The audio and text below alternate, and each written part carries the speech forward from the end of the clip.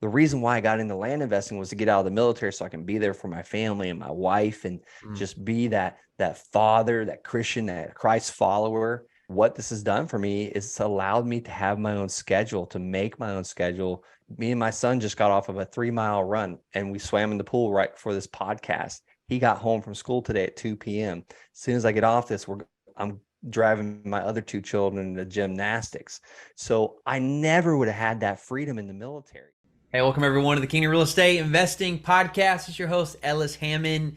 And today we have a former military member whose life has been changed by land investing. Great guy here. Looking forward to hearing his story. Brent Bowers, welcome to the show, man. Hey, Ellis, thanks for having me. Appreciate you. Appreciate what you're doing with Kingdom REI. And I'm blessed to be on the show. That's for sure. I'm honored. Dude, tell our audience a little bit kind of where you're based out of right now. Where are you located?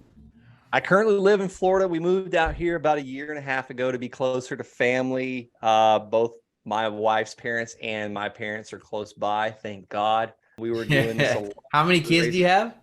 3 kids. We were raising 3 kids alone.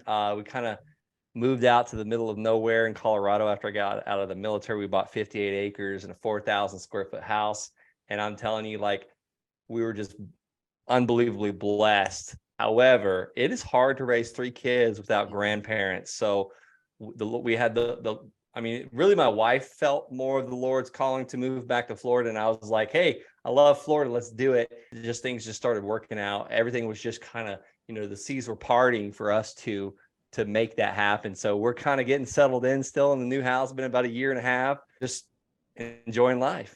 Yeah, I love that, man. Yeah, we're out here on the island of San Diego, so I'm envious of all the child care that you guys get with the grandparents being there. But so listen, man, you got a buffalo in your background. You got too good of an accent or rhino. I thought it was a buffalo, a rhino. So you're not from Florida though, right? I mean, where'd tell us, kind of bring us into your story a little bit.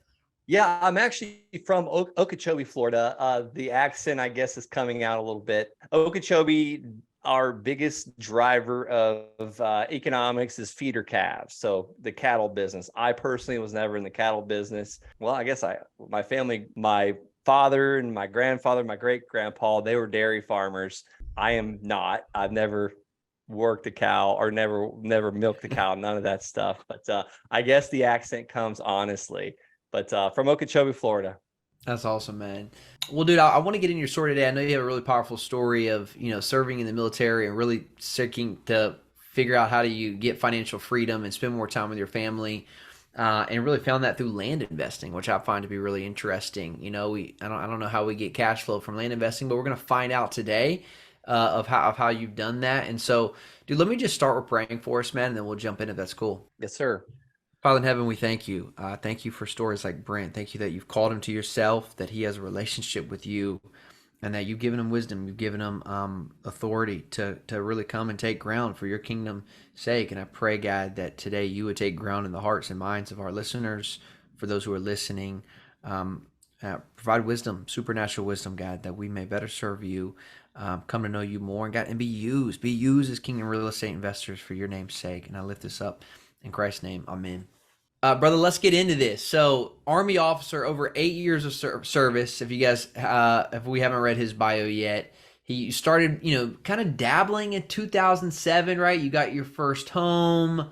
So walk me back, man. What was life like in 2007? Were you were currently serving in the Army back then? Yeah. So no, 2007, I was not in the military. I had just got my real estate license. And I wanted to be a real estate investor. And I bought that first rental property. Me and my first wife, we moved to the coast right after that to West Palm Beach, Florida, where I was going to hit the ground running with my real estate license. And 2008 happened for me. And I was getting my teeth kicked in. So I ended up joining the military in 2009, did basic training, then AIT, was separated from my wife for at least 6 months. And then we were moved to Germany right after that. And then we were together for another 3 months in Germany while I was training for my first combat deployment. And I was gone for a year, back home for a year, training again, and then gone for another year. Wow. So it was on and off crazy deployments back to back every year. And that's was really, really tough on a marriage. And ultimately we did not make it through that. And in 2013, I got called back to the United States to go to school, to go to college, which was my ultimate plan for joining the military, because I needed to reset. Yeah. And I started back in real estate. I started house hacking. I was a single guy. I bought the house right next to the college. Started renting out the rooms. Was making money doing that, and got into rentals, and then started wholesaling houses to pay for college courses. Wow. Because the Army didn't tell me they weren't going to pay for the college courses. They only paid for some of them. I chose a private school to be closer to home in Melbourne, Florida.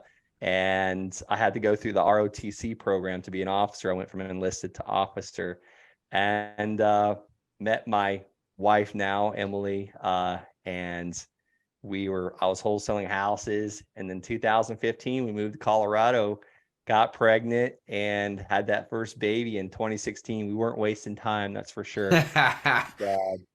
I said, you know what? I'm out of the military. I'm not going to let history repeat itself. I'm motivated by away from pain, not towards pleasure. So I was scared to death. I was going to lose another wife. That was the hardest thing in my life to happen to me.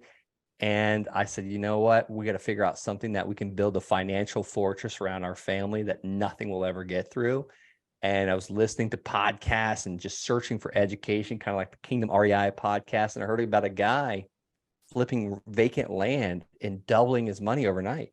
And I was like, I want more of that. And I just started taking massive imperfect action. Call it faith. I don't know what it was, but I felt the drive to just keep doing it.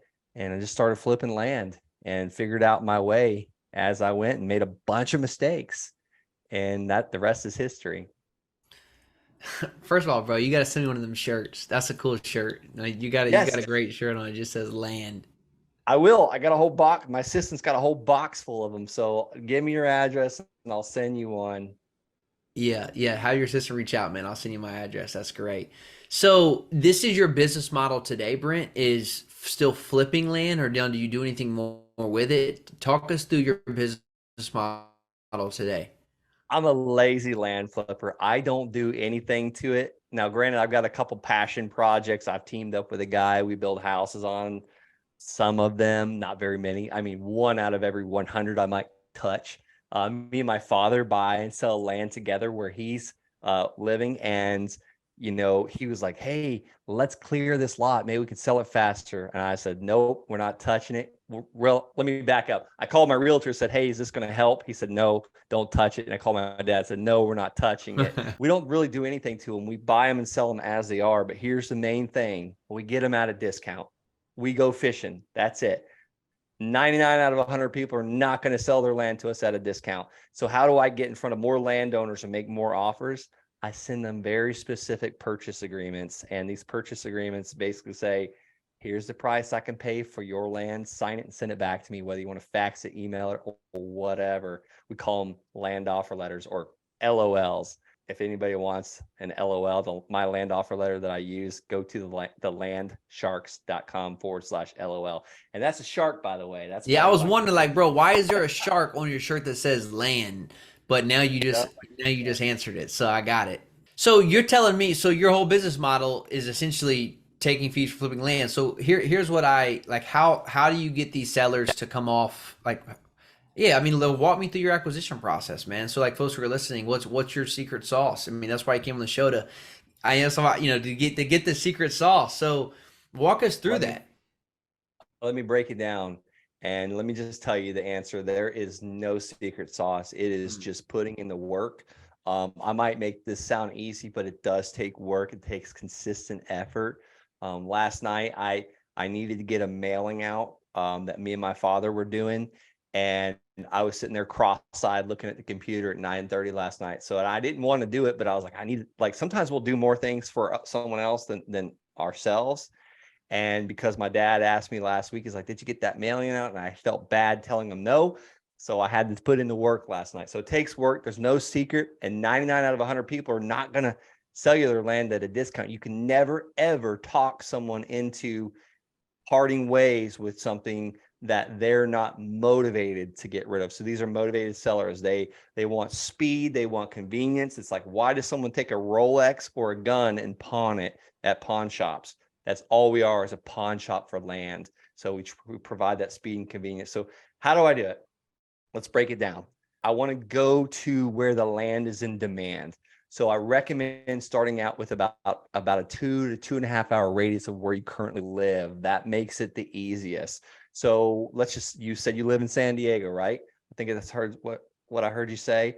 So let's go to Redfin, put in San Diego, California. And then the next thing you want to do, this is Redfin. Next thing you want to do is go to all filters, click that all filters. And then I want you to click the sold tab. And then I want you to scroll down a little bit and select land, and then scroll down a little bit more and go to the past 1 month, 30 days. And then next step, I want you to go and X out that San Diego to where you're looking at the map. And I want you to zoom out just a little bit and see if you can find clusters of solds, clusters of red dots where land has sold. That's where the areas are in demand. And then once you find a cluster where there's more, like almost like more of a pattern or a bead, or, you're shooting your gun and you want to hit the bullseye, that's what you're looking for. And then I want you to click on every single one of those. I want you to write down the price. You can use Excel spreadsheet, way easier to do that. Write down the price and how big it is, whether it's square foot or acres. And then there's one more thing. Scroll down a little bit more and see who listed that land and who it was bought by. That's the listing agent and the buyer's agent, because that's going to tell you who the smartest real estate agent is in that area on land. It's the land specialist realtor. So once you click on all those, you're going to know the land size that's in demand, as well as the price per square foot or the price per acre in the area. So now you know what the stuff's selling for, you know where the demand's at, and you know what size parcel's in demand. Well, the next step, you want to go to like List Source or PropStream. What do you guys use in your real estate business? A data puller. We actually mostly use CoStar. We use broker, honestly, softwares from the brokers that they get access to. So in the large multifamily space, we're not really going off market like you would maybe in this type of process. Well, I'm pretty sure that with a lot of these brokerages that you can pull lists through the title company as well, Agent Pro 247, Title Pro 247. So if you have a subscription already, use that. I love PropStream. If anybody's looking for a 7-day free trial to PropStream, just go to the landsharkslist.com. But once you go to PropStream, that's a list puller. That's how we pull a list of vacant landowners. Well, when you go back to Redfin and you see where that land is in demand, I want you to look at what streets that's in, or the neighborhood, and then go to PropStream and draw like a rectangle or a polygon or a circle around that area. And then I want you to pull the vacant raw land in that area. And also, let's just say that the in-demand lot size was 6,000 square foot to 14,000 square foot. We'll pull that lot size, all those landowners, and you're going to get a list of landowners that own that land that's in demand, and you know exactly what to offer them with that land offer letter, and mail those bad boys out. And I recommend mailing 50 or 60 a day and being consistent about it. Mail them 6 days a week, Monday through Saturday, and it's like going fishing. You will eventually get someone that signs that thing and sends it back at a discount. Well, what kind of discount do you send it out at? Like, you just got to figure out what you want to make. Like, I prefer to do about $10,000 per land deal. So if the land's all going for $100,000 on average per lot, from 6,000 square foot to 14,000 square foot, let's just say I want to make 10 grand. So, all right, it's worth 100. So that means I need to offer 90, right? Well, what about the realtor that's going to help me sell it? All right, so figure 6% on that. So now I need to subtract another $6,000. Yeah, you kind of So working backwards. So let me ask you there you this go. though. So if you're sending 50, 60 out a week or a day, let's say, and those are different offers on different plots of land, but you're sending a what you call an LOL, a letter of like, hey, they signed this. You guys are now under kind of a binding contract, right? This is more than an LOI. How do you are you just saying because I know what the square footage, I'm just essentially offering kind of the price per square foot? But you get my question here of how are you actually, determining price to be able to send that many offers so that when they sign, you're ready to go do the deal. Yeah, and it's keeping it micro. Again, it's that neighborhood. And I generally try and keep it way smaller on the square foot. So, okay, today we're going to mail the 5,000 square foot lots in that neighborhood. Tomorrow we're going to mail the 6,000 square foot lots, because the 5,000 square foot lots, they trade for $1.25 a square foot. The 6,000 square foot lots trade for $1.16 a square foot. So it's way easier to micro that down. And, also, okay, maybe there's a lake. They dug a lake, aka a small pond, and those pond lots, they go for $139 a square foot. So you need to know those, and it's way easier to price it when you do it micro mailings. And now there's software programs that help me. I use a program called Pebble that, I can send 1,500 letters in 3 minutes. Wow. I didn't start that way though. I started So with, you're not individually kind of coming up with prices on these lots. You're kind of generalizing your price. Is that what I'm hearing? you got it, Ellis. Dude, so okay, so if you're listening, you're like, okay, this is a cool strategy, man. So here's what I'm thinking, and not that we're gonna get into land. Maybe people listening, they want to get into land. Guys, go check his program out. I think it sounds really cool. But like, okay, let's say we're thinking about moving, right? And we're gonna move to a certain area, and we want to develop a house, or we want to buy some land to develop, right? I mean, you could take this same strategy and go into your market that you're about to move into, figure out and essentially go and try and find your own land lot this way. I mean, this could work. If you have this strategy, you don't want to do this as a business, maybe, but hey, I just want to go find some discounted land we can build on, right? Tell me about this contract, how binding it is for a strategy like that. Yeah. I want to hear more about that. Yeah, and I'll tell you, we have a guy named Wave. He's taking a break with land investing, but he's moving to Texas, and he's mailing a couple counties looking for him and his wife's parcel of land, 5 acres. They want this, that, and the other. So he's mailing those specific parcels of land and making offers, and he's going to have it before he knows it. But that binding, that purchase agreement, you want to reach out to a real estate attorney in your state or the area you're mailing in to make sure you're covering all your, crossing your T's and dotting your I's, and making sure you're not getting yourself into a binding contract. I don't sign these, I don't date them. And I also give the receiver, the landowner, a specific date when they have to sign it by. That those are a couple of things that my attorney has recommended I do, so I'm not binding myself into a purchase agreement. I Because see. here's You're some, not putting your signature on it up front. They sign, send back to you, and then you can kind of sign if you want to execute on it. that's right. That's right. Yeah, makes sense. Makes sense, man. That's sharp. I like that a lot. So, man, I had a great question I wanted to ask you. So, okay, so are you essentially sitting in the position of a wholesaler? Like you don't close the deal, or do you do like a double close? Talk me through kind of your model of how you actually get out of this contract and sell it. Yeah, there's so many different ways to do it, but I do it 3 ways. Sometimes I will sign the contract. I'll get that parcel under contract at, let's just say, let's keep going. I offered 74 cents on the dollar. I've got this purchase agreement now. I'm under contract on this land. It's worth 100. I got it for 74,000. Well, I know that Wave is looking for that 5 acres. Hey, Wave, here we go. I'll sell it to you for 84,000. So I get the assignment fee. Is a $10,000 difference of what I have it under contract. Or I can buy it and just flip it with a real estate agent. That one I would close on. I'll borrow from mother-in-law or partner with a friend that's got their IRA doing nothing on, or I'll use my own cash. And then 3, my preferred method. This is what's given me financial freedom. This is the part about land that no one thinks about, and there's a reason why there's virtually no competition in this business, is cash flow. People don't realize they can get cash flow on land. There's so many different ways, but I'm only talking about one. That is by me getting that parcel of land under contract. Let's just say that I got that $100,000 parcel under contract for 40,000. I'm going to buy it. I'm going to buy it for 40,000. It's worth 100. I've got a buyer that's ready to give me a down payment and a documentation fee for, let's just say, 10,000. I'm going to seller finance it to him for 100,000. I'm buying it for 40. I'm selling it for 100. So I'm going to turn that 40,000 into 100 plus interest. So he's going to give me a down payment of 10,000, a doc fee of $700, and then he's going to give me monthly payments for the next 10, 20, or 30 years. And here's the thing about 30-year mortgages, like most people don't think about. If you look at a $200,000 mortgage at 6% interest and you pay that thing back over 30 years, you're paying back over $430,000. It's compounding interest on the balance that's still owed. It's not really 6% interest, it's 6% per annum.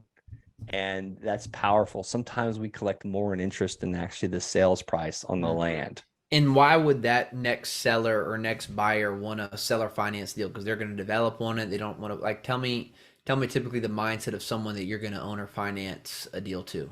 That's a really good question, because I'll use an example of a lot that my father's about to sell to the lady next door that's been mowing it for 10 years. She's been mowing this piece of land for 10 years.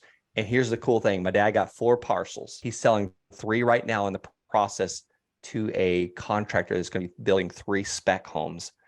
And he's buying them for a total of 45,000.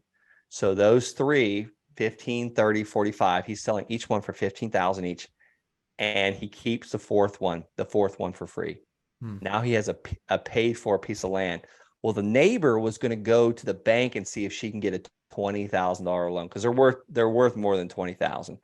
The neighbor's going to go to the bank, and my dad says, "Look, I'll be the bank for you. How much can you put down and how much can you afford each month?" So that buyer is so happy because she doesn't have to go jump through hoops with a bank, and she wasn't going to qualify anyways because most banks won't lend on land. So that's the mindset is, okay, I'd rather just give this guy 12% interest or 9% interest than go and get a bank loan, because the bank's going to make me come up with 50% down at a minimum. And they're going to also charge me about 8% interest plus origination fees. Right.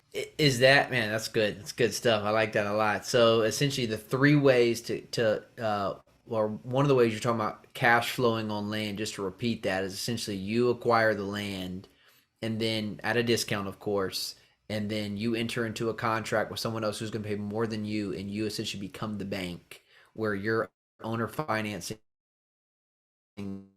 that plot of land, a payment, but you structure your own seller financing terms for 10, 20, 30 years. And now you're getting, you're going to get paid back. I mean, heck, if you're buying at that type of discount, you'll probably get your money back in 5 or 6 years. And now you're just cash flowing kind of net even after that, right? Or it's that the house's money after that. Absolutely. So true. And sometimes I can get a down payment on my smaller lots, the ones that I'm buying for 6, 7,000 and selling for 21,000, because that's what they're worth. I'm never selling these for more than what they're worth. I just get way more than what they're worth because of the seller financing and the interest. And I'm able to sell it faster because Americans think, and how much is it going to cost me each month? Like, there's trucks now that cost $100,000. You think they're flopping 100 grand on the counter and just walking out with these dualies? No, they are financing it for the next 84 months at $1,100, $1,200, $1,500 a month. So Americans thinking, how much is this going to cost me each month? So going back to the purchase price of 5 or 6 or 7,000 and selling it for 21,000, I've done so many deals where I made the buyer have to come up with $7,000 so I can get my money back out of the deal. Yeah. Yeah. And now it's pure profit. It's pure cash. It's like printing money. Dude, how many deals are you doing a year right now? What do you do? Like, how many of these are you doing? I'm trying to do less deals. I have a team. I have a very small team. We have an acquisition manager and a land sales specialist. We've done this last year. We were doing about 9 sales a week. We're trying to do way less now, but actually bigger, more like higher netting deals. Yeah. We've got 79 land notes paying us each month, and it's about 18 grand a month coming in payments. Wow. That's if we don't flip any or wholesale or assign. Some areas, if we send the right purchase agreement and have the right verbiage and the right realtor, I don't even have to buy these. I can actually put them on the MLS as long as the seller's cool with it. And as long as the broker's cool with it, we can sometimes sell these parcels of land that we have under contract without even purchasing them. So that's a fourth way. So it's just crazy. Like the land, there's like, you can get as creative as you'd like, as long as it's legal. Yeah, I love this, man. Well, let me ask you this, dude. Like, tell me what this has done for you, for your family, as a man of God, as one who's leading his family. Like, talk to me about what this means for you now, and kind of where, how you're getting creative as, as a follower of Jesus, and what this looks like for you, man. And this may be as simple as, hey, I'm present with my family, my marriage is in great health, but Yeah. what has this done for you, man, to have an outlet like this? It's given me freedom, time freedom because of those payments. And I'll tell you, I'm now in reset mode. Remember I said we're trying to do less deals, and last year I was doing 9 deals a week. You can get off track so easily in business. You can just keep moving that goalpost and success and chasing more money, like ego. And I'm resetting now because what you just said there, I got into this. The reason why I got into land investing was to get out of the military so I can be there for my family and my wife, and Mm. just be that father, that Christian, that Christ follower. What this has done for me is it's allowed me to have my own schedule, to make my own schedule. Me and my son just got off of a 3 mile run, and we swam in the pool right before this podcast. He got home from school today at 2 p.m. As soon as I get off this, I'm driving my other two children to gymnastics. So I never would have had that freedom in the military. And it's like we can take that for granted. And it's called Parkinson's law. Business will fill the time we have. So we have to remember that. Okay, why did I get back into this? It wasn't for the money or to get rich. That's so good, dude. That's so good. Man, I am so encouraged and challenged by your story. I love that you went and figured this out. And so you're teaching this now as well, right? That's what Land Sharks is. Absolutely. We have the Land Sharks community where we actually hold your hand and walk you through how to build businesses like this. It's just the most incredible thing.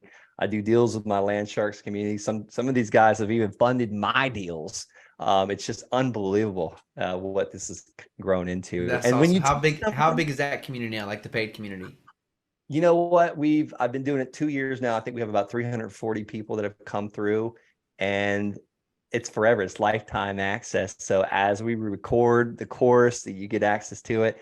But it's just unbelievable. And when you start teaching something, you even get even better at it, and you get to hear the secrets all over the nation, like what's working in Mm. different places. So I almost feel like a double agent sometimes.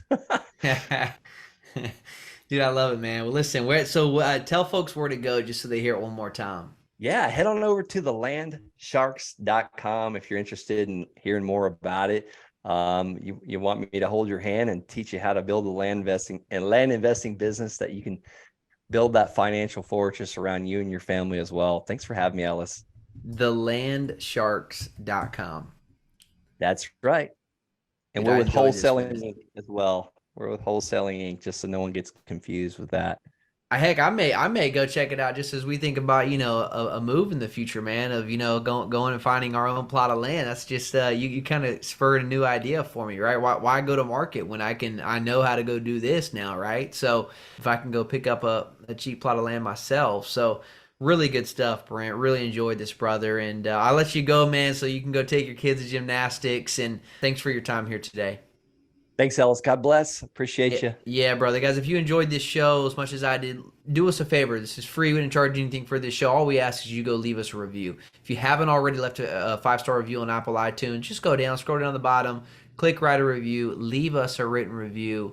And if you have done that recently, screenshot this episode, put it on Instagram, put it on LinkedIn, tag myself or Brent, and that would help us get this message out, guys. We appreciate you. Talk soon. See you next week.